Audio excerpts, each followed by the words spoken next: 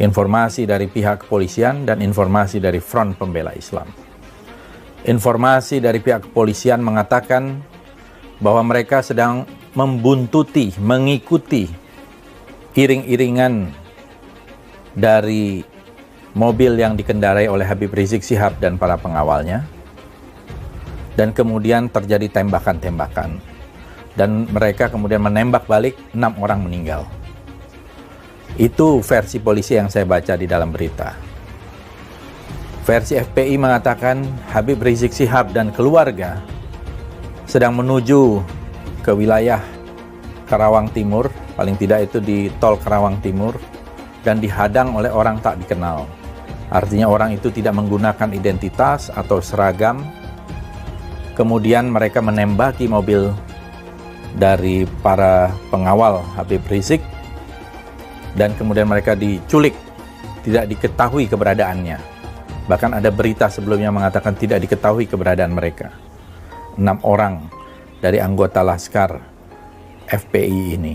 Kemudian kita ketahui juga dalam rilis yang saya baca bahwa Habib Rizik bersama keluarga dekat, keluarga inti, hendak melakukan pengajian terbatas bersama keluarga inti. Dua informasi ini kalau kita lihat merupakan informasi yang saling bertolak belakang. Pertama, saya ingin menanggapi bahwa bagaimanapun peristiwa apapun, apalagi dalam sebuah peristiwa yang tidak ada kaitannya dengan terorisme, tidak ada kaitannya dengan separatisme, tidak boleh ada darah yang tumpah. Karena konstitusi kita mengatakan melindungi segenap tumpah darah Indonesia. Habib Rizik dan para pengikutnya adalah warga negara Indonesia, warga yang terhormat.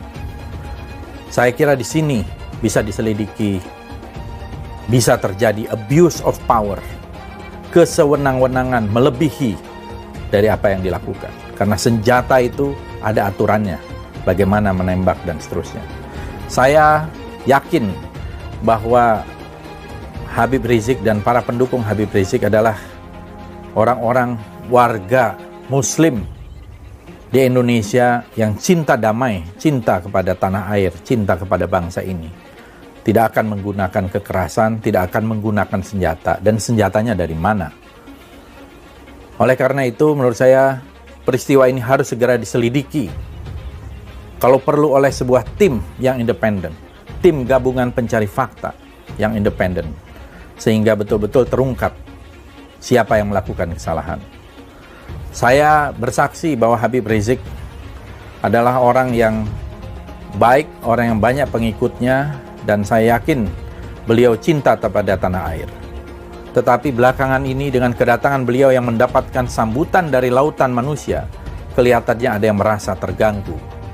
Bahkan ada 2 Kapolda yang dicopot dan 2 Kapolres yang juga dicopot. Kenapa Habib Rizik harus dijadikan momok, harus dijadikan musuh dari aparat keamanan kita, dari pemerintah kita? Ada apa? Saya melihat Habib Rizik dicintai oleh banyak orang.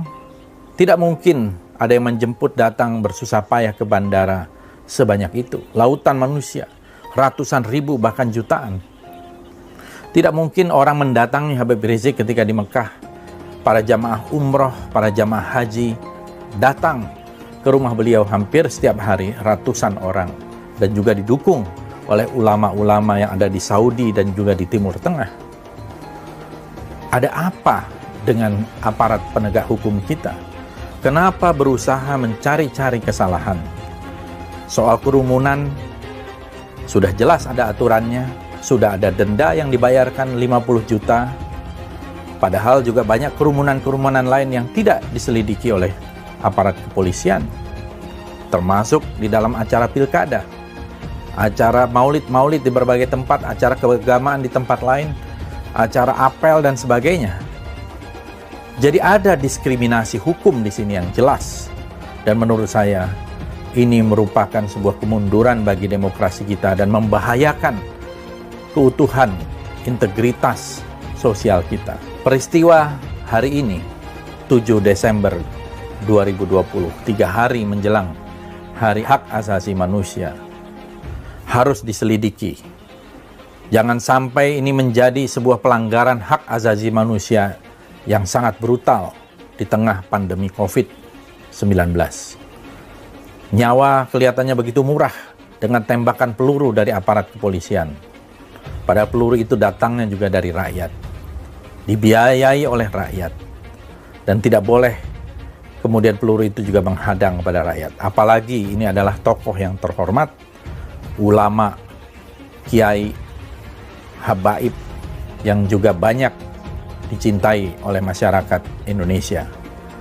Saudara-saudara, marilah kita ikuti kasus ini secara seksama agar tidak lagi terjadi upaya-upaya diskriminasi hukum terhadap mereka yang bersuara vokal, termasuk yang mereka melakukan kritik kepada pemerintah atau mereka yang tidak disukai oleh pemerintah. Itulah yang namanya demokrasi. Peristiwa ini menurut saya harus mendapatkan perhatian secara serius dari pemerintah untuk mengevaluasi aparat yang ada di lapangan maupun aparat yang menginstruksikan pelaku penembakan terhadap para pengawal Habib Rizik tersebut.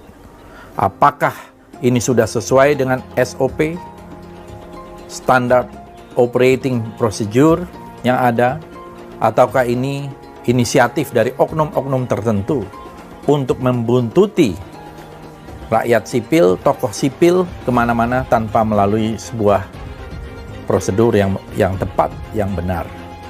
Ini menurut saya harus diselidiki siapa yang melakukan perintah untuk melakukan penguntitan terhadap Habib Rizik dan para pengikutnya, termasuk juga melakukan penembakan, penghadangan, penyerangan, dan mungkin juga penculikan. Ini merupakan satu tindakan yang sangat serius ya terhadap tokoh umat ya, kepada Habib Rizik Syihab dan para pendukungnya, dan saya kira ini sangat membahayakan integritas sosial kita. Kita seharusnya menciptakan satu iklim yang damai, iklim yang sejuk, dan membangun persatuan tanpa sebuah prasangka dengan menerapkan keadilan. Tetapi kelihatannya memang ada usaha-usaha yang mentarget Habib Rizik Syihab untuk menjadi pesakitan. Mudah-mudahan akan segera ada titik terang dan keadilan betul-betul muncul. Siapa yang bersalah harus bertanggung jawab, termasuk Kapolda Metro Jaya. Terima kasih.